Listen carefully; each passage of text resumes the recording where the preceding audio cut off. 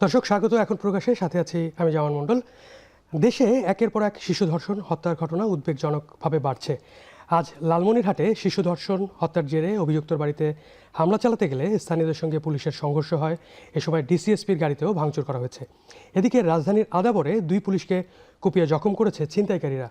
তথ্য বলছে গত 3 মাসে প্রতিদিন গড়ে 10টির বেশি খুনের ঘটনা ঘটছে।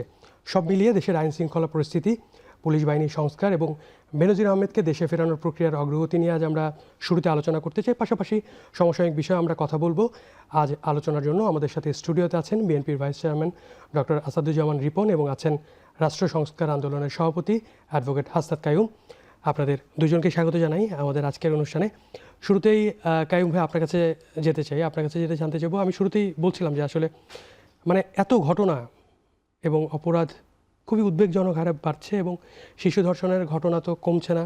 প্রতিদিনই আমরা পত্রপত্রিকায় দেখছি আমাদের হেডলাইন করতে হচ্ছে এবং পাশাপাশি এখন আমরা দেখছি যে পুলিশের উপর হামলার ঘটনা অনেক বেড়েছে। প্রতিদিন 10টার বেশি খুনের ঘটনা ঘটছে। আসলে এই অপরাধ এত বাড়ার কারণ কি? আর পরিস্থিতি, অপরাধ আমরা নিয়ন্ত্রণে পদক্ষেপের ঘাটতি না কি, আপনার কি মনে হয়? ধন্যবাদ আপনাকে এবং যারা শুনছেন আমার সহ আলোচক রিপন ভাই সহ। এইটা দুর্ভাগ্যজনক, এমন মাত্রায়, যেমন ধরেন আমার কাছে মনে হয় একমাত্রিক না, এটার বহুমাত্রিক কারণ আছে। তার মধ্যে ধরেন যারা প্রথমে আসে, যে সরকারে যারা আছে, শাসন যারা করছেন, আজকে আপনি যে আলাপগুলি করলেন এর বাইরে ধরেন এর আগে আমরা দেখলাম রাউজানে যে ঘটনাটা ঘটল, আপনি প্রকাশ্যে দিনের বেলায় একেবারেই ফিল্মি স্টাইলের চাইতেও বেশি, যেইভাবে তারা প্রকাশ্যে অস্ত্রশস্ত্র নিয়ে এবং নামলেন এবং এখানে যে মাত্রায় যেভাবে খুনটা ঘটল, দেখা গেল যে এরা সবাই সরকারি দলের সাথে যুক্ত। যাকে হত্যা করা হলো সেও সরকারি দলের সাথে যুক্ত। কারণ এইরকম ঘটনাগুলি কখন ঘটে? এবং এই এলাকায় দেখবেন যে আপনি সলিমপুরকে গভর্নমেন্ট একটা স্পট হিসাবে ট্রিট করে দেখি, জঙ্গল সলিমপুর। তো জঙ্গল সলিমপুরের চাইতে এই যে বসবাস করে জনপদ রাউজান তো অনেক বেশি ভয়াবহ হয়ে উঠছে তাদের নিজেদের জন্যেই। কিন্তু আপনি এখানে দেখবেন যে কোনো ধরনের নিয়ন্ত্রণ, কোনো ধরনের ব্যবস্থা কিন্তু এখন পর্যন্ত এখানে দেখা যাচ্ছে না। এইটা যখন ঘটে, সরকারি দলের কোনো না কোনো একটা অংশ, কোনো না কোনো একটা দিক থেকে তারা আসলে প্রশ্রয়টা পায় এবং কোনো না কোনোভাবে সাহস পায়, টিকে থাকে, আছে। এইটা যখন ধরেন এরকম জায়গায় ঘটে, তখন ধরেন অন্যান্য যে সমস্ত ঘটনাগুলি, একটা ভয়াবহ জিনিস হচ্ছে যে ব্যাপক মাত্রায় চাঁদাবাজি বাড়ছে, চুরি ছিনতাই বাড়ছে এবং তার চাইতে বেশি বাড়ছে আসলে ড্রাগ। এমন কোনো গ্রাম নাই যে গ্রামে এখন আপনি আসলে নেশাদ্রব্য পাওয়া যায় না।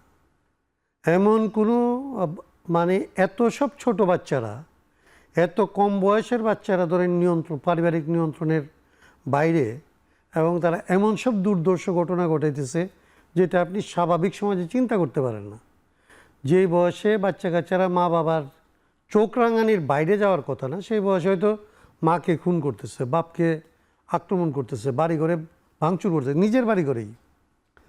তার এই যে পরিস্থিতিটা তৈরি হইল, এটা আর আইনশৃঙ্খলা রক্ষাকারী বাহিনীর অবস্থা যদি বলেন, তারা তো এখন পর্যন্ত যে আজকে তারা আক্রান্ত হয়েছে, তাদের উপরে তো কারো কোনো শ্রদ্ধাও নাই, তাদের নিজেদের উপরে নিজেদের কোনো ধরনের শ্রদ্ধা নাই, নিজেদের ব্যাপারে নিজেদের কোনো এখনও সংশয় দূর হয় নাই। তো এইসব মিলে আমার কাছে যেটা মনে হয় যে সরকার তো কতগুলো জায়গাকে আসলে প্রায়োরিটি দেওয়ার কথা। আমরা ধরেন সংসদে স্বরাষ্ট্রমন্ত্রী সাহেবকে খুব সোচ্চার দেখি আর কি, সব বিষয়ে তিনি কথা বলেন। আইনমন্ত্রীর কথা তিনি কেড়ে নিয়ে আইনমন্ত্রীর কথা বলেন, অন্য সংসদদের বিষয়ে তিনি কথা বলেন, কিন্তু স্বরাষ্ট্র মন্ত্রণালয়ের বিষয়ে তার যে পারফরমেন্স, উনি যদি অন্য কোনো জায়গায় থাকতো তাহলে আমার ধারণা তিনি বলতেন যে এই পদ থেকে আসলে স্বরাষ্ট্রমন্ত্রীকে তিনিই হয়তো দাবি তুলতেন যে তাকে সরাই ফেলতে হবে। তো এই জায়গাগুলি আমার কাছে মনে হয়েছে যে এটা কেবলমাত্র একটা যে পুলিশের ব্যর্থতা দিয়ে আপনি দেখবেন, কিংবা সরকারের এই সমস্ত লোকদের বেপরোয়া চরিত্র দিয়ে দেখবেন, কিংবা এডিকশান থেকে দেখবেন, কিংবা আসলে চাঁদা, এটা পুরোটা জুড়ে এরকম একটা অবস্থা হয়েছে যে বিদ্যমান ব্যবস্থায় কারো প্রতি কোনো শ্রদ্ধা নাই, কোনো ধরনের নর্মসের প্রতি কোনো ধরনের কি বলা যায় যে মান্যতার জায়গাটা আর নাই, এবং অসুস্থতা মানে ধরেন যেগুলি র্যাপ হচ্ছে এগুলি কোনোটা যৌন অপরাধ না, মানে যৌন কাজ বলে মনে করার কোনো কারণ নেই। এমনিতে মনে করা হয় যে এটার মধ্যে যৌনতার একটা ব্যাপার। 5 বছরের শিশু, 5 বছরের শিশু, 5 বছরের শিশু, 7 বছরের শিশু যারা গ্যাং রেপের শিকার হচ্ছে এবং যারা মারা যাচ্ছে, আপনার তার মধ্যে কোনো ধরনের যৌন আকর্ষণ তৈরি হবে কারো, সে পর্যায়টার মধ্যেই বাচ্চাটা আসে নাই। মানে একটা বিকৃতি, বিভৎসতার একটা সীমা থাকে। একটা লোক এরকম ধরনের অসুস্থ হইতে পারে সমাজে, তো গোটা সমাজের মধ্যে আমরা কিছুদিনের মধ্যে যেটা দেখলাম যে কী মাত্রায় এটা ছড়াইছে। তো এই জায়গাগুলিকে আমার কাছে মনে হয়েছে আমরা কাউকে এককভাবে দায়ী করে এটার সমাধান করতে পারবো না, কিন্তু সরকার যেহেতু আসলে একটা রাষ্ট্র পরিচালনার স্টিয়ারিংয়ে থাকে, সরকারকে এটা নিয়ে ভাবতে হবে এবং এটার জন্যে সবার সাথে আসলে তাদের আলাপ করা দরকার যে সিচুয়েশন সে কীভাবে হ্যান্ডেল করবে। না হয় শেষ পর্যন্ত আমি যেভাবে বলতেছি এভাবে ভাববে না মানুষ, এটা শেষ পর্যন্ত এটা সরকারের ব্যর্থতা হিসাবেই, আর ওটা একেবারেই সরকারের ব্যর্থতা হিসেবে আসবে এবং সরকার এই জায়গা থেকে আসলে রেহাই পাবে বলে আমার মনে হচ্ছে না। জি রিপন ভাই, আপনার কাছে একই প্রশ্ন আপনার কাছে আসলে রাখতে চাই। কায়ুম ভাই যেটা বললেন যে সরকারের তৎপরতা কি ঘাটতি, মানে আসলে সমস্যাটা কোথায়? তা আমি আপনার দর্শকদেরকে ধন্যবাদ জানিয়ে আমি আলোচনা শুরু করি। আমি অত্যন্ত মানে খুবই মর্মাহত, ব্যথিত যে ঘটনাগুলো ঘটছে, পত্রপত্রিকায় যে আলোচনাগুলো আসছে, এগুলো কি আমাদের দেখার কথা? আমাদের এখন যে বয়স, সমাজে পরিবারে আমাদের যে অবস্থান, তাতে করে এই ঘটনাগুলোর সংবাদ কি আমাদেরকে পীড়িত করে না, আমাদেরকে বিব্রত করে না, আমাদেরকে লজ্জিত করে না? নিশ্চয়ই আমাদেরকে লজ্জিত করে। কিন্তু এখান থেকে আমরা ওভারকামটা কীভাবে করবো, দ্যাট ইজ ইম্পর্ট্যান্ট। একটা হচ্ছে যে আপনার আমাদের বর্তমান সরকার, হয়তো প্রশ্ন আসবে এটার সাথে সরকারের বয়সের কী সম্পর্ক। সরকারের বয়সের সম্পর্কটা হচ্ছে একটা সমাজকে বোঝার জন্য, মানে সমাজকে অধ্যয়ন করার ব্যাপার আছে। এই যে সমাজটা আপনার হঠাৎ করে তো এই জায়গাটায় আসেনি, হঠাৎ করেই কিন্তু এই জায়গাটা আসেনি। এই জায়গাটায় বহুদিন ধরেই আপনার আসছে। একটা অজবাবদিহিমূলক সরকারি ব্যবস্থা বা সমাজ ব্যবস্থা যখন চলতে থাকে, তখন কিন্তু আপনার শুধু রাষ্ট্রে না, সমাজে, রাজনীতিতে না, শুধু সমাজে না, এমনকি পরিবারটার মধ্যেও কিন্তু নিয়ন্ত্রণ শৃঙ্খলা থাকে না। আমাদের এখন মানে যেটা হচ্ছে, যেই ঘটনাগুলো ঘটছে, যেটা হাসনাত কায়ুম সাহেব যে কথাগুলো উল্লেখ করেছেন, যে ঘটনাগুলোর বিবরণ দিয়েছেন, উদাহরণ টেনেছেন, সেগুলো তো সত্যি খুব একটা ভয়াবহ মানে আপনার মানে চিত্রের ব্যাপার। আমি নির্বাচনের আগে যখন নির্বাচনী ক্যাম্পেইন করছিলাম, আমি আমার নির্বাচনী এলাকাটাতে আমি ওয়ান অফ দ্য মেজর যে প্রবলেম ফাইন্ডিংস তো যেতে হয়, তো সেখানে আমি দেখলাম যে one of the major problem হচ্ছে মাদক। এবং আমার মুন্সিগঞ্জ জেলার মধ্যে প্রবাবলি আমার নিজের থানা যেখানে বাড়ির লোহজং, সেখানে মাদকের উৎপাত ভয়াবহ। ঢাকা থেকে পর্যন্ত আপনার লোকজন মাদক কিনতে আমার ওই এলাকায় যাতায়াত করে। ওখানকার আইন শৃঙ্খলা বাহিনী তৎপর ছিলেন না। আমি বেসরকারি মানুষ, নির্বাচনের আগে আমি কয়েক দফা ওখানকার মানে জেলার এসপির সাথে কথা বলেছি, ওসির সাথে কথা বলেছি, তারপরে লোকাল ওসির সাথে কথা বলেছি। এর মধ্যে তো ঘন ঘন ওসিও বদলান, খুব দৃশ্যমান কোনো অবস্থার পরিবর্তন ঘটেনি। গতকালকে আমার থানায় দায়িত্বরত একজন দারোগা বলি, যেটা সাব ইন্সপেক্টর, তার সাথে দেখা হলো। তাকে জিজ্ঞেস করলাম, কারণ ওনার সাথে একদিন আমার এর আগে একদিন কথা হয়েছে, তো আমি বললাম যে এই ভয়াবহ পরিস্থিতি কেন? তো উনি বললেন যে আগের থেকে তো অবস্থার কিছুটা উন্নতি হয়েছে, কিন্তু আমি এলাকায় সে ধরনের কোনো রিপোর্ট আমি শুনিনি। এখন যেটা হলো, যেমন আমি আমার বাড়ির সামনে ওটা পৈতৃক জায়গাতে একটা ছোট আপনার ফলের বাগান আমি মানে করার চেষ্টা করছি। এর মধ্যে কিছুদিন আগে আপনার বাগানে ঢুকে ওখানে যে কেয়ারটেকার যে থাকবে তার ঘরে ঢুকে ফ্যান খুলে নিয়েছে, আপনার বৈদ্যুতিক তার খুলে নিয়ে গিয়েছে, তারপরে আপনার কলার ঘাড়া বলে আমাদের এলাকায়, মানে যেটা পাকার পরে এই চারটি কলা গাছে 4 কলার ঘাড়া নিয়ে গেছে। তা আমি জিজ্ঞেস করলাম কি এলাকায় কি চুরি ঠুরি এগুলো বেড়েছে? বলে ঠিক সেইভাবে চুরি বাড়েনি, যেটা হয়েছে সেটা হচ্ছে ওই যে মাদক, যারা মাদকাসক্ত তারাই তাদের মাদকের পয়সা জোগাড় করার জন্য তারা এই কাজগুলো করে, তারা ছিনতাই নেমে গিয়েছে, তারা চুরি চামারিতে নেমে গিয়েছে। এবং এটা পয়সার জন্য যেটা বলেন পরিবারের মধ্যে, সেখানে মাকে মারছে, বাবাকে মারছে, প্রতিবেশীকে মারছে, একে ওকে মানে মানে মানে চাকু ধরছে, ইত্যাদি ইত্যাদি। মানে বিষয়টা কিন্তু একেবারেই গ্রাম থেকে গ্রামে ছড়িয়ে গিয়েছে। এটা কিন্তু একটা ভয়াবহ পর্যায়ে গিয়েছে। এখন এইটাকে আপনার হ্যান্ডেল করার জন্য, এটাকে নির্মূল করার জন্য, এইটাকে হিলিং করে, আমি হিল করার কথা বলছি।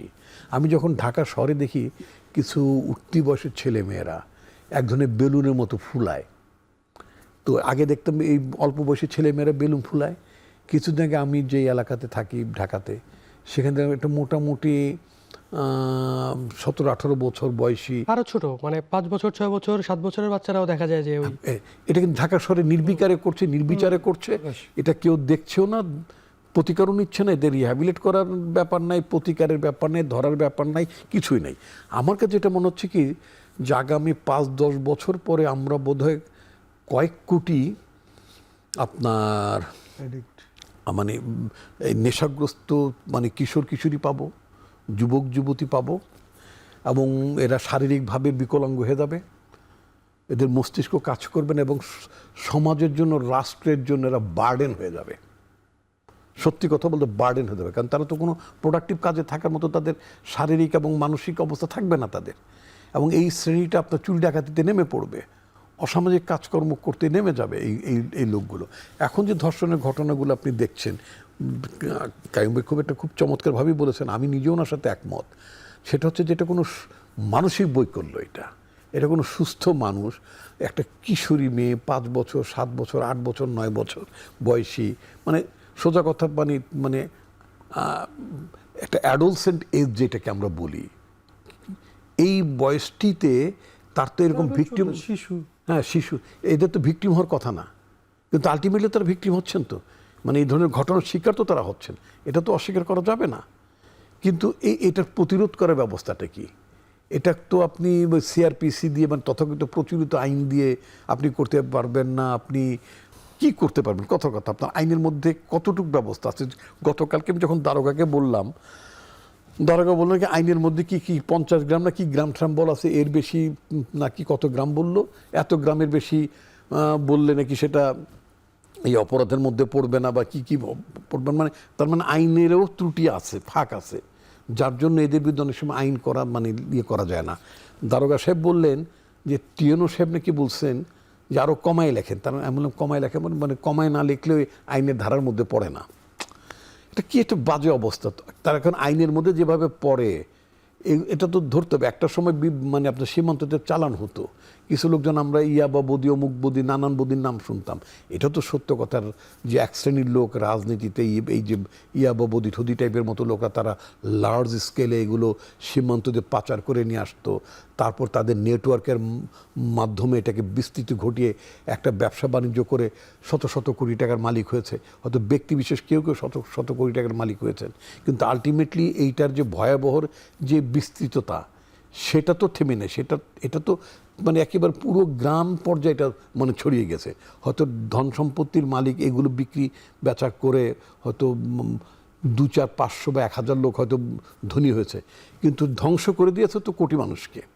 তো এই জায়গা থেকে বের হওয়ার জন্য আজকে যে ঘটনাটা বললেন যে ডিসিএসপির গাড়িতে পর্যন্ত হামলা, আপনি মানে অধ্যত্বটা, দুঃসাহসটা আপনি মানে খেয়াল করেছেন? প্রশাসন এবং আইন শৃঙ্খলা বাহিনীর প্রতি যদি রেসপেক্ট, সোসাইটিতে যদি রেসপেক্ট না থাকে, এবং এই ধরনের হামলার ঘটনা যদি ঘটে, ঢাকার একটি ঘটনা বোধহয় বললেন যে সেখানে পুলিশের প্রতি হামলা হয়েছে, এই জায়গা থেকে তো আমাদের মানে সোজা কথা পরিত্রাণ পেতে হবে। পরিত্রাণ পাওয়ার ওয়ান অফ দ্য হচ্ছে মানে ঘটনাগুলোর কিছু কারণও আছে। এখানে একটা বিষয় একটু রিপন ভাই আপনার কাছে জানতে চাইবো যে মানে খুনের ঘটনা যেগুলো ঘটছে, আমরা দেখছি যে মানে একটা বড় অংশ বিএনপি নেতাকর্মী যারা মারা যাচ্ছে। তো আসলে এই পরিস্থিতিকে উত্তরণে বিএনপির মানে দলের পক্ষ থেকে আসলে কোনো ব্যবস্থা নেওয়া হচ্ছে কিনা? নিশ্চয়ই নিতে হবে, নেওয়া উচিত নিশ্চয়ই, সেটা তো মানে আছেই। তো আমি যেটা বলছিলাম সেটা হচ্ছে কি, কথাটা আমি গতকালকে একবার বলেছি, আপনার সেই শ্রোতাদের বা দর্শকদের কেউ যদি আবার আপনার অনুষ্ঠান দেখে, হয়তো মনে করবে একই কথা আমি হয়তো রিপিট করছি। আপনার অনুষ্ঠানে হয়তো 2বার বলছি আমি, বেনজিরের কারণে, বেনজির গ্রেপ্তার হয়েছে, ওই প্রসঙ্গটা আপনি আসবেন। বাংলাদেশ পুলিশ প্রশাসনে এই যে পুলিশের উপর হামলা হতে পারে, কেন ইমাজিন যে পুলিশ পোশাকধারী একজন মানুষ আইন শৃঙ্খলা রক্ষা করার দায়িত্বে নিয়োজিত, তার গায়ে হাত তুলবে, মানে সবচেয়ে আইন প্রয়োগে বাধা দানই তো একটা বড় ধরনের অভিযোগ নাকি? আমাদের বিরুদ্ধে যে রাজনীতিতে যে আমাদের বিরুদ্ধে অনেকগুলো মামলা হতো, সে মামলার মধ্যে ওয়ান অফ দ্য একটা অভিযোগ আমাদের বিরুদ্ধে করতো পুলিশ, মানে মামলা লিখতো, সেটা হলো কর্তব্য কাজে বাধা দেওয়া। তো কর্তব্য কাজে বাধা দেওয়াটাই ছিল বিরাট বড় অভিযোগ, বিশাল বড় অভিযোগ নাকি? অবশ্যই। এখন আপনি পুলিশকে আপনি ধাওয়া করছেন, আমি সেদিন একটা ভিডিও দেখলাম ঢাকাতেই, পুলিশকে আপনি আক্রমণ করছেন, এটা তো মানে এটা তো চিন্তা করার বিষয় না, এটা সহ্য করা যায় না। কিন্তু এই জায়গাটা আসলো কেন? এই জায়গাটা আসলো গত 15 বছরে পুলিশ ডিপার্টমেন্টের মধ্যে ব্যক্তি বিশেষ তাদের নিজেদের ব্যক্তি আকাঙ্ক্ষা, তাদের নিজেদের পদায়ন, নিজেদেরকে শক্তিমান করতে যেয়ে তারা নিজেরা জানোয়ারে পরিণত হয়েছিল। জানোয়ার না হলে মানুষ মারে নাকি? জি। জানোয়ার, আমি একটু আসি, জানোয়ার না হলে মানুষ গুম করে নাকি? গুম করার প্রক্রিয়ার মধ্যে যায় নাকি? তো এই নিজেরা জানোয়ার, নিজের জানোয়ার হচ্ছে মহা জানোয়ার, আর তার এই সাঙ্গপাঙ্গ কিছু লোককে তারা জানোয়ার বানিয়েছিল। এই জানোয়ারদের বিরুদ্ধে আমি কয়েক সেকেন্ডে শেষ করবো, এদের বিরুদ্ধে মানুষের একটা প্রচণ্ড ক্ষোভ ছিল। সে ক্ষোভের কারণে 5ই অগাস্ট এবং তার পরবর্তীতে আমরা কিছু ঘটনা আমরা দেখেছি, বাট সেটা তো ওভার। এখন তো আমার এই প্রতিষ্ঠান, পুলিশকে তো আমার বাঁচাতে হবে। এই প্রতিষ্ঠানের যে মর্যাদা, সেই মর্যাদা আমার ফিরিয়ে আনতে হবে, ওই পোশাকের মর্যাদা তো আমাকে ফিরিয়ে আনতে হবে। আদারওয়াইজ যদি আমি পুলিশের মর্যাদা, পুলিশি প্রতিষ্ঠানের যে মানে মর্যাদা, শক্তি, সামর্থ্য, এটাকে যদি আমি রেস্টোর করতে না পারি, রাষ্ট্র যদি করতে না পারে, অথবা তারা নিজেরা যদি শক্তিমান হতে না পারে, মানুষের আস্থা যদি তারা ফিরিয়ে আনতে না পারে, তাহলে তারা তাদের কমান্ড এস্টাবলিশ করতে পারবে না, তাহলে এই হামলার ঘটনা ঘটবে। অতএব এটা একটা সিরিয়াস ফেনোমেনা এবং এটা সিরিয়াসলি ডিল করতে হবে অ্যাট দ্য সেম। আমরা এই আলোচনায় ফিরবো, পুলিশ সংস্কারের বিষয়ে আমরা আলোচনায় ফিরবো, তার আগে একটা বিরতি নেই। দর্শক, এখন প্রকাশ নিচ্ছে একটা বিরতি, ফিরছি একটু পর, সাথে থাকুন।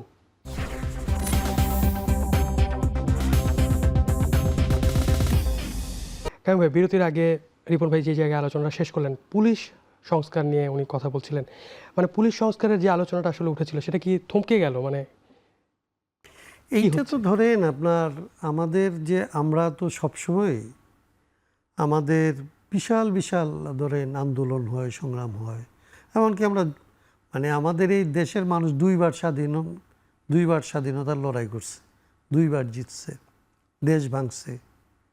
কিন্তু দেখেন আমাদের আসলে যে জায়গাগুলি পরিবর্তন করার জন্য, যেই ক্ষোভ থেকে আমরা এটা করি, মানুষ যে আকাঙ্ক্ষা থেকে এটা করে, এটা তো কখনোই আমরা আসলে অ্যাচিভ করতে পারি না। এইবার ধরেন 24-এর পরে সবচেয়েতে যেটা বড় জায়গা ছিল, যেটা হয়ে উঠছিল, 24-এর পরে পুলিশ নিজে তার সংস্কারের দাবিতে আন্দোলনে গেছিল। আপনি প্রথম দিকে মনে করেন 5 তারিখের পরে যখন পুলিশকে আসতে বলা হলো, পুলিশ যখন পালায়া ছিল, যখন আসলো, রাজারবাগে একটা গ্রুপ তার 9 দফা দাবিতে সংস্কারের জন্য তারা আসলে দাবি দাওয়া দিল। তার মানে একটা রাষ্ট্রের এর চাইতে অনুকূল একটা পরিবেশ মানে কখনোই হইতে পারে না, এটা চিন্তাই করা যেত না। আমরা যখন সংস্কারের রাজনীতি নিয়ে ভাবতাম, আমরা ভাবতাম যে পুলিশকে যেই সুবিধা পুলিশ পায় অভ্যস্ত হয়েছে, আইনি সুবিধা বলেন, মানে তার ডিপার্টমেন্টাল যে সমস্ত সুযোগ সুবিধা, যেইভাবে তারা মানে হাসিনা যেভাবে পুলিশকে দিয়ে তার দলের বাইরে গিয়ে পুলিশকে দিয়ে শাসন করার যে কালচারটা তৈরি করছিল, যে জন্য পুলিশ এতটা ভিকটিম হইল ওই সময়, তার থেকে কিন্তু পুলিশ বেরিয়ে আসতে চাইছিল। এবং এই রাষ্ট্রের ধরেন অন্তত 2টা সংস্কারও যদি করতো, তাহলে আমি মনে করি তার 2টা সংস্কারের একটা হচ্ছে পুলিশের সংস্কার করা দরকার ছিল, আরেকটা হচ্ছে নির্বাচন ব্যবস্থার সংস্কার দরকার ছিল। কারণ এই 2টা মূল কারণেই আসলে এই ঘটনাটা ঘটলো। এগুলির সবগুলি যে সমস্যা আমাদের ছিল, তার রুট কোজ ছিল, একটা হচ্ছে ডেমোক্রেসিতে আমরা ফিরতে পারতেছিলাম না, আমাদের নির্বাচন কাজ করতেছিল না, কোনোভাবেই আমরা আইন কানুন শৃঙ্খলাতার মধ্যে ফিরতে পারতেছিলাম না, কারণ পুলিশ আমাদের ইয়েতে ছিল না। পুলিশ এখনও দেখেন, আজকে আমি এখানে আসার আগে আমি প্রথম আলো নেট দেখতেছিলাম, 6 মাস আগে কক্সবাজার থেকে তাদের একটা রিপোর্ট, কক্সবাজার থেকে একজন কনস্টেবল 1 লক্ষ ইয়াবা নিয়ে এসে চট্টগ্রামে ধরা পড়ে। ধরা পড়ার পরে ওইখানকার ওসি সাহেব এই ইয়াবাটা নিয়ে ওকে ছেড়ে দেয়। ডিপার্টমেন্টাল একটা ইনভেস্টিগেশনে তাদেরকে আসলে দায়ী করে রিপোর্ট দেওয়া হয়েছে। 6 মাস হয়েছে, এখন পর্যন্ত কোনো ডিপার্টমেন্টাল মামলা হয় নাই। যে আসলে 1 লক্ষ ইয়াবা আনছিল তাকে গ্রেফতার করা হয় নাই। ওসির বিরুদ্ধে কি করা হবে সেটার কোনো ব্যবস্থা হয় নাই। আমাদের অঞ্চলে যেটা ভাই বলতেছিলেন যে তার অঞ্চলে, এবার আমার অঞ্চলে এবার গিয়ে ঈদের সময় আমি এলাকায় ছিলাম, নির্বাচনের আগেও ছিলাম, নির্বাচনের সময় ছিলাম। এইবার যেটা গিয়ে নতুন করে শুনলাম যে ডিলার হচ্ছে মানে যারা আপনার পুলিশকে এখন ইনফর্ম করে যে এইখানে অমুক জায়গায় আসলে ইনফরমার যারা, তাদেরকে পুলিশ পিক করতেছে, প্রোটেক্ট করতেছে হচ্ছে যারা ব্যবসা করতেছে তারাই। এবং পুলিশের কাজ, পুলিশ নিজে হচ্ছে এটা ডিলার হয়েছে। এবং পুলিশের এই জিনিসপত্র নাকি ভালো, পুলিশ যে মালটা সাপ্লাই করে এটা নাকি আসলে কোয়ালিটির দিক থেকে ভালো। এই হচ্ছে, আমি জানি না সত্য মিথ্যা, এই হচ্ছে আমার এলাকার মানে এই আলোচনাটা আমি শুনছি, এই গুজবটা আছে। এখন এটা গুজব না সত্য এটা আমি বলতে পারবো না। মানে আমি বলতেছি তার মানে হচ্ছে একটা সমাজের মধ্যে এই যে পুলিশ সম্পর্কে মানুষের তাহলে ধারণাটা কোথায় গিয়ে দাঁড়াইছে। এবং এটা ধারণাটা আপনি আজকে যেটা বললাম যে প্রথম আলোর রিপোর্ট দ্বারা তো সাপোর্টেড, তাহলে এত বড় একটা দুর্ঘটনার পরে যেখানে পুলিশ বলতেছে যে তাদের অনেকে খুন করা হয়েছে, সত্যি সত্যি অনেক থানা জ্বালায় দেওয়া হয়েছে, মানুষ পুলিশ মুখোমুখি দাঁড়াইছে এবং পুলিশের বিরুদ্ধেই মূলত লড়াইটা দাঁড়াইছিল। 36 দিনে পুলিশই আসলে খুন খারাপির মধ্যে একটা প্রধান ভূমিকায় ছিল, এটাই তো হয়। তো সেই জায়গা থেকে 2 বছর পার হয়ে গেছে একদিক থেকে, আপনি এর কোনো ধরনের চরিত্রের বদল ঘটলো না। একে এই পুলিশটাকে আমাদের এখানে আমার খুব আশ্চর্য লাগে। রিপন ভাই বলতেছে, আমরাও বলি যে পুলিশের একটা মনোবল ফেরত আনা লাগবে। আমি এই জিনিসটা বুঝি না যে সংস্কার ছাড়া পুলিশের মনোবল যদি ফেরত আসে তার মানে কি হাসিনার আমলের মতো সে গুম করার মনোবল, ঘুষ খাওয়ার মনোবল, মানে খুন করার মনোবল কোনটা? নাকি আসলে পুলিশকে রিফর্ম করে পুলিশ আসলে মানুষকে তার নিরাপত্তা দেবে এবং এটার জন্যে তার পুলিশকে মানুষ তার বন্ধু ভাববে এবং সেইখানে তাকে গার্ডিয়ান হিসাবে নিবে, তার আইনশৃঙ্খলা রক্ষাকারী হিসাবে নিবে, এই জায়গাটা লাগবে। ওই মনোবল ফেরত আনার আগের যে সংস্কারের আলাপটা, এই আলাপটা বাংলাদেশের রাজনীতি থেকে নাই করে দেওয়া হয়েছে। নাই করে দিয়ে এরকম মনে করা হচ্ছে যে আগে যে পুলিশের ক্ষমতাটা ছিল এই ক্ষমতাটা যেন পুলিশ আসলে চর্চা করে, সে যেন আবার দমনমূলক আবার নিপীড়নমূলক একটা জায়গায় আসে। সেইটা আসলে সমাজের উপর দমনটা যদি আবার দাঁড়ায় তাইলে যেন সমাজ একটা ঠিক জায়গায় আসবে। এই রকম ভুল একটা চিন্তা থেকে যদি আসলে রাষ্ট্র সরকার পরিচালনা করার চিন্তা করে আর কি, তাইলে যে ঘটনাটা আজকে লালমনিরহাটে ঘটছে এই ঘটনাটা আমাদের নিত্য নৈমিত্তিক ঘটনা হবে এবং আমরা গোটা সমাজ রাষ্ট্র অকার্যকর হবে। পুলিশ কাজ করতে পারে না, ডিসির গাড়ি পোড়ায় দেয়, এসপির গাড়ি পোড়ায় দেয়, তার মানে আপনি এই সমাজকে তো কোনো একটা, তাইলে ওই যে আপনি এমনিতে অফলাইনে আলাপ করতেছিলেন যে এর অল্টারনেটিভ কি, একটা প্রাগৈতিহাসিক ব্যবস্থা হবে। এই কয়েকজন মিলে ওরে বলবে দৌড়া মারো, ওরে বলবে পাথর মারো, ওরে বলবে চোখ তুলে ফেলো, ওরে বলবে যা ইচ্ছা তা, মানে যেখানে যাদের যা করা দরকার, একটা আইনশৃঙ্খলার একটা ব্যবস্থা যদি ভেঙে পড়ে, সামাজিক যে সমস্ত আসলে শৃঙ্খলা সেগুলি যদি ভেঙে পড়ে, তাইলে যেখানে যার যে ধরনের ব্যবস্থা করা দরকার সে সেই ব্যবস্থাটা করবে। আমরা প্রায় প্রাগৈতিহাসিক একটা জায়গায় যাওয়ার পথে যাচ্ছি। আমি যেটা বলে শেষ করতে চাই যে এই যে বিপর্যয়টার মধ্যে আমরা পড়ছি, এইটা আমি সরকারকে, বিরোধী দলকে কিংবা আমরা যারা রাজনীতি করি তাদের কাউকে এইটা আসলে আমরা দেখছি এরকম মনে করতে পারতেছি না। আমার মনে হচ্ছে না যে আমরা এটা টের পাইতেছি কিংবা এটা দেখতেছি। আমরা মনে করতেছি সরকারের একটা গ্রেস পিরিয়ড আছে 100 দিন, আমি বলি 180 দিন, এরকম আমি নিজেই এটা করি যে আচ্ছা সংস্কারের জন্য 180 দিন দেখতে হবে, তারা যদি শেষ পর্যন্ত ফেরত আসে। এই আশাটা আমরা করতে চাই, কিন্তু সরকারকে রেসিপ্রোকাল দেখছেন না, তার নিজের এই জায়গাটাকে তার দেখতে হবে যে আমরা যে আসলে এই আশা তার উপরে করতেছি, সে আমার আশা পূরণের জন্য আসলে কি দায়িত্ব সে মাথার উপরে নিয়ে কোন দায়িত্বশীল ভূমিকা পালন করতেছে এইখানে একটু নাকি। আমি এটা বলে শেষ করি যে তারা যদি মনে করে থাকে যে আবার ওই রকমের একটা নির্যাতক রাষ্ট্র, যে এখানে ক্রসফায়ারের আবার বাস্তবতা তৈরি হবে, গুমের বাস্তবতা তৈরি হবে, চলো যায় যুদ্ধে মাদকের বিরুদ্ধে রেবের বাস্তবতা তৈরি হবে, এই চিন্তা যদি আসলে এখনকার সরকার করে তাইলে সে খুব ভুল করবে। কারণ একই জিনিস, আগের জিনিসটা এখানে কাজ করবে না। রিপন ভাই, অন্যদের জন্য এটা খুব আমাদের এখানে মানে আমরা তো দেখেছি যে রাজনৈতিক ছত্রছায়া, বেনজির আহমেদকে নিয়ে অনেক আলোচনা আছে, রাজনৈতিক ছত্রছায়ায় তো তিনি আসলে নজিরবিহীন সব অপরাধ করেছেন বলা হচ্ছে। তাহলে মানে কেমন ভাই যেটা বলেন যে পুলিশ সংস্কারের আলোচনাটা আসলে নাই হয়ে গেল কেন? ধন্যবাদ আপনাকে। আসলে দেখেন, আহ, রাষ্ট্রের ছত্রছায়ায় একজন বেনজির তৈরি, এটা সত্য। মানে সরকার, রাষ্ট্র মানে যে এই রাষ্ট্রটা যিনি চালান বা যারা চালান, যখন মানুষের প্রতি আস্থাটা কমে যায় যে আমি আর জনগণের ভোটে এর পরের বার ক্ষমতায় আসতে পারবো না, বা জনগণ আমাকে এর পরের বার ভোট দেবে না, তখন আমাকে তো ক্ষমতা থাকতে হবে।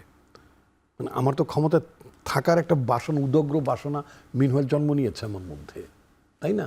তখন আমি কি করব? তখন আমি পুলিশকে ব্যবহার করব, র্যাবকে ব্যবহার করব, সেনাবাহিনীকে ব্যবহার করব, গোয়েন্দা সংস্থাকে ব্যবহার করব, এবং এগুলো ব্যবহার করার মধ্য দিয়ে আমি ব্যবসায়ীদেরকে নিয়ন্ত্রণ করব। এগুলো ব্যবহার করার মধ্য দিয়ে ব্যবসায়ীদের মালিকানাধীন সংবাদ মাধ্যম, প্রচার মাধ্যমগুলোকে নিয়ন্ত্রণ করব, সিভিল সোসাইটিসগুলোকে নিয়ন্ত্রণ করব, নাহলে মামলা হামলা নানা রকম ঝামেলা করব। আর সমাজটা তো একটা একটা বিশৃঙ্খল জায়গায় মানে চলে যাবে। সুতরাং ওটার অনেকের এই ভয়ে অনেকে ছেলে পেলে বিদেশে পাঠিয়ে দেবে। মানে এটা তো একটা কার্যকর রাষ্ট্র না। ইনফ্যাক্ট মানে এই অবস্থাটার মধ্যে তো আমরা ছিলাম। এখন আপনার প্রশ্ন হলো যে ওস্তাদ কাইয়ুম সাহেব একটা খুবই লজিক্যাল প্রশ্ন তুলেছেন, যে এই জায়গাটা চলে যাওয়ার তো একটা ক্ষেত্র ছিল, একটা প্রেক্ষাপট ছিল। সেখান থেকে তো আমাদের ফিরে আসার জন্যেই তো আমরা একটা মানে গণভ্যুত্থান, আমরা গণভ্যুত্থানে অংশ নিলাম, এটাকে আপনার সমর্থন করলাম যার যার জায়গা থেকে।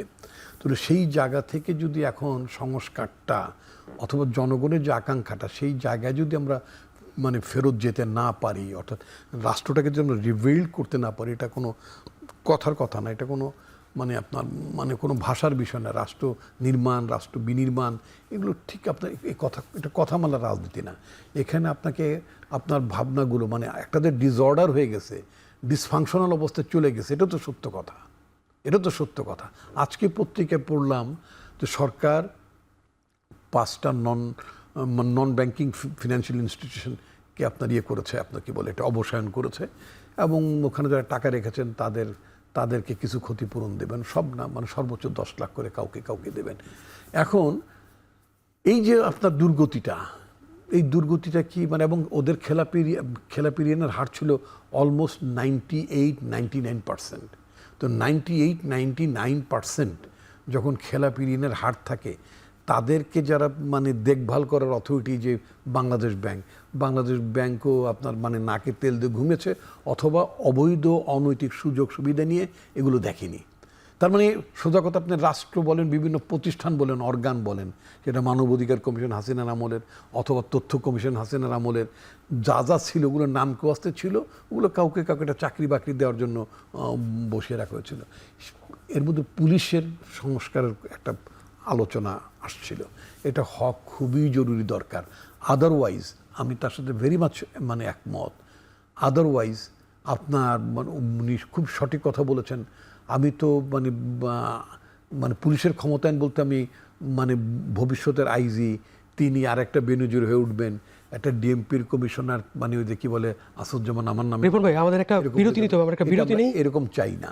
সুতরাং এইখানে এটা খুবই দরকার, রাষ্ট্রের স্বার্থে দরকার, শাসক দলের স্বার্থে দরকার, পুলিশ নামক প্রতিষ্ঠানটির নিজের অস্তিত্বকে টিকে রাখার স্বার্থেই আমার মনে হয় মানে পুলিশকে আমাদের রিবিল্ড করতে হবে, এবং সেই রিবিল্ডের লক্ষ্য থাকবে পুলিশটা হবে রাষ্ট্রের, পুলিশ প্রতিষ্ঠান হবে রাষ্ট্রের, কোনো দলের নয়। জি, আমরা বিরতির পর আবার ফিরবো এই আলোচনায়। দর্শক, এখন প্রকাশে নিচ্ছে একটা বিরতি, ফিরছে একটু পর, সাথে থাকুন।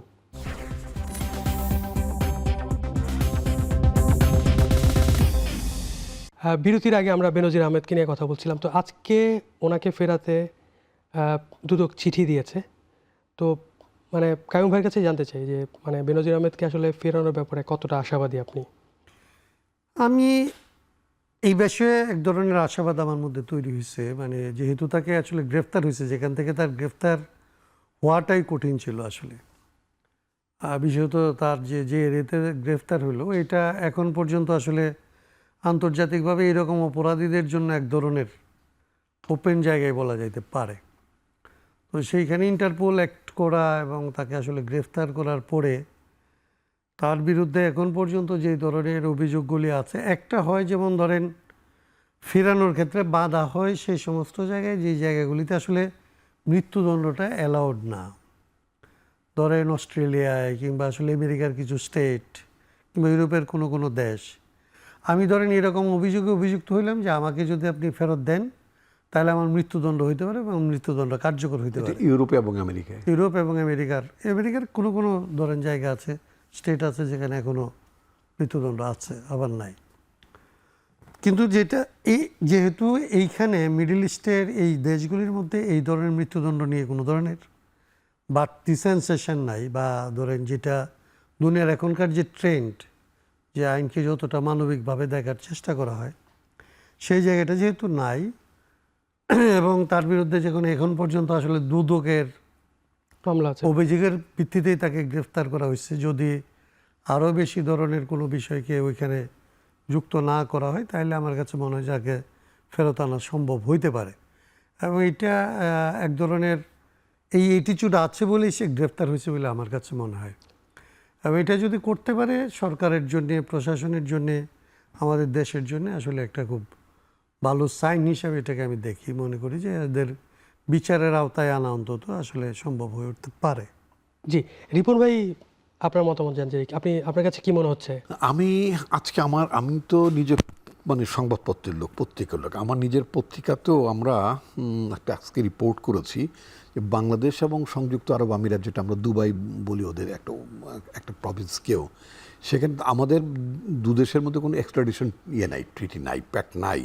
বাট ডেসপাইট দ্যাট আমরা এটাকে যেটা করতে পারি, আমাদের প্রত্যেকে যেটা রিপোর্ট হচ্ছে 2014 সালে আপনার সংযুক্ত আরব আমিরাতের সাথে বাংলাদেশে একটা চুক্তি হয়েছিল। সেই চুক্তিটা হচ্ছে এগ্রিমেন্ট অন সিকিউরিটি কোঅপারেশন, একটা হচ্ছে agreement on transfer of sentence prisoners.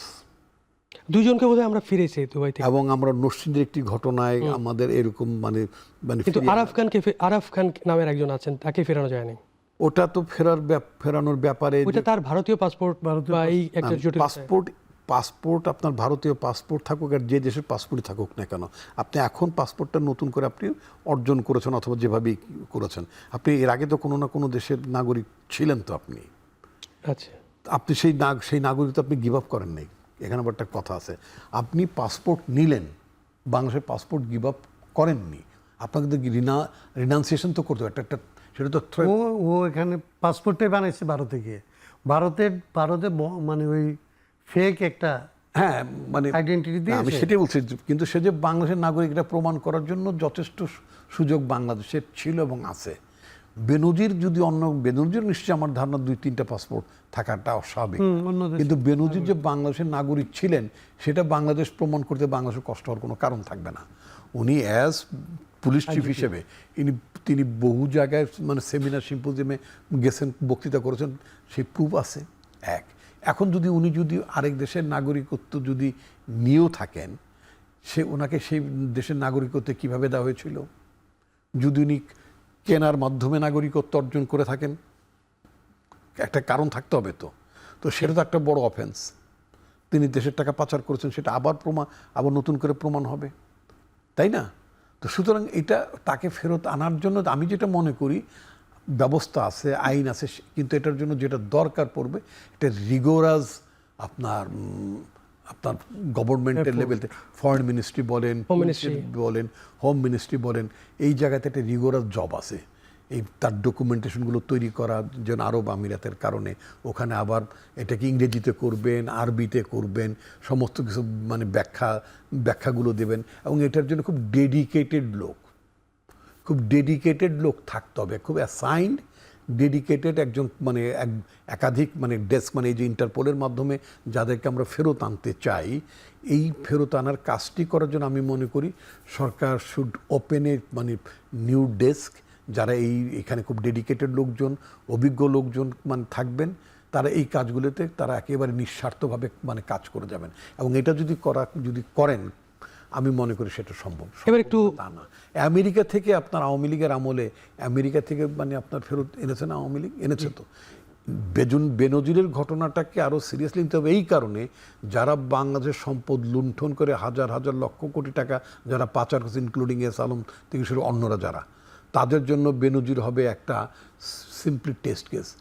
BNP সরকারকে বেনজিরকে আপনার রিপ্যাট্রিয়েট করা, তাকে ফেরত আনা, এটা মানে একান্ত সিরিয়াস টাস্ক হবে, যার ফলে অন্য যারা থাকবেন they will get a message. ইতিমধ্যে আমি যেটা পত্রপত্রিকা রিপোর্টে শুনেছি, যাদের বিরুদ্ধে ইন্টারপোলের রেড নোটিশ ছিল, ইউনুস গভর্নমেন্টের আমলে তো অনেকের বিরুদ্ধে প্রায় অ্যারাউন্ড 52 জনের বিরুদ্ধে অলরেডি আছে আপনার ইন্টারপোলের রেড নোটিশ অলরেডি এক্সিকিউশন আছে, সার্ভ হয়েছে। এরা এখন তাদের ঠিকানা পরিবর্তন করছেন। যারা বিদেশে বসে টকশো করতেন, কথাবার্তা বলতেন, তারা এখন আড়ালে চলে যাবে। তবে আমরা একদম শেষের দিকে, আমাদের আর 4 মিনিট সময় আছে। তো প্রধানমন্ত্রীর তথ্য উপদেষ্টা জাহিদুর রহমানের বিষয়টা নিয়ে কয়েকদিন ধরে আলোচনা হচ্ছে। আজকে তো উনি নিজেই সংবাদ সম্মেলন করে উনি বলেছেন যে তাৎক্ষণিক প্রতিক্রিয়া হিসেবে আসলে উনি দেশে ফিরে এসেছেন। অন্যদিকে সীমান্তে পুশিন থামছে না, প্রতিদিনই পুশিন চেষ্টা আমরা দেখতে পাচ্ছি। কয়েকদিন আগে নতুন ভারতীয় হাইকমিশনার তিনি বললেন যে বাংলাদেশের সাথে সম্পর্ক আসলে অন্য উচ্চতায় নিতে চান, কিন্তু আসলে ভারত বাংলাদেশ সম্পর্ক কোন দিকে যাচ্ছে একেবারে সংক্ষেপে যদি আপনি বলেন। ভারত বাংলাদেশ সম্পর্ক কোন দিকে যাচ্ছে সেটা এখনো এটা বোঝা যাচ্ছে না। যেটা যাচ্ছে সেটা হচ্ছে যে আপনার খুব স্বাভাবিক জায়গায় যাচ্ছে না এবং আপনার তিক্ততার দিকে যাচ্ছে। তার সর্বশেষ উদাহরণ হচ্ছে যে আমাদের সরকারের মাননীয় প্রধানমন্ত্রীর নীতি এবং কৌশল বিষয়ক উপদেষ্টা, শুধু তথ্য উপদেষ্টা বললে তো জি একটু কমই হয়, তার চেয়ে গুরুত্বপূর্ণ তার মর্যাদা হচ্ছে তিনি দুটো গুরুত্বপূর্ণ জায়গায় দায়িত্ব। একটা নীতি, ইংরেজি যদি আমি ভুল না করে থাকি মোটামুটি কাছাকাছি যদি হয় সেটা পলিসি, আর যদি কৌশলকে যদি আমি কাছাকাছি ইংরেজি শব্দ অ্যাটলিস্ট স্ট্র্যাটেজি বলতে পারি। তো গভর্নমেন্টের প্রাইম মিনিস্টার যিনি পলিসি অ্যান্ড স্ট্র্যাটেজি অ্যাফেয়ার্সের যিনি অ্যাডভাইজার হন, অ্যাজ ওয়েল এজ বাড়তি দায়িত্ব যিনি সরকারের তথ্য উপদেষ্টাও, প্রধানমন্ত্রীর তথ্য উপদেষ্টাও, তার সাথে যে ইল ট্রিটমেন্টটা হয়েছে এবং যেটার পরিপ্রেক্ষিতে তিনি বলেছেন এটার জন্য দু দেশের সম্পর্কে প্রভাব পড়বে না বলেছেন, ইম্প্যাক্ট পড়বে না বলেছেন, but on the other hand তিনি যে তাৎক্ষণিক প্রতিক্রিয়া হিসেবে, যেটা উনি বলছেন ইনস্ট্যান্ট রিয়াকশন হিসেবে তিনি ওই দেশে না ঢুকে যে ফেরত এসেছেন, that is a big message to India. আমি তো এটা বলতে চাই, যেটা আমাদের পত্রিকাও আমি দেখলাম লিখেছে, সেটা হচ্ছে যে তিনি যে ভারত যাচ্ছেন, আমাদের পররাষ্ট্র মন্ত্রণালয় ইনফর্ম করেছে, আমাদের হাই কমিশনার এয়ারপোর্টে স্ট্যান্ড বাই ছিলেন। আমাদের হাই কমিশনের প্রেজেন্সে তাকে 2 ঘন্টা 2.5 ঘন্টা ধরে তাকে জিজ্ঞাসাবাদ করা, নানা কিছু, এগুলো কি খুব স্বাভাবিক ঘটনা আপনি মনে করেন? নিশ্চয় না। আমরা ধারণা করেছিলাম যে আমরা বাংলাদেশের জনগণ, আমি নট অ্যাজ বিএনপি কর্মী হিসেবে বলছি না, যে আমাদের former prime minister Begum Khaleda জিয়ার মৃত্যুর পরে তাদের পররাষ্ট্রমন্ত্রী তাদের প্রধানমন্ত্রীর শোকবাণী নিয়ে আসলেন, তারপরে এরপরে শপথ অনুষ্ঠানে আসলেন।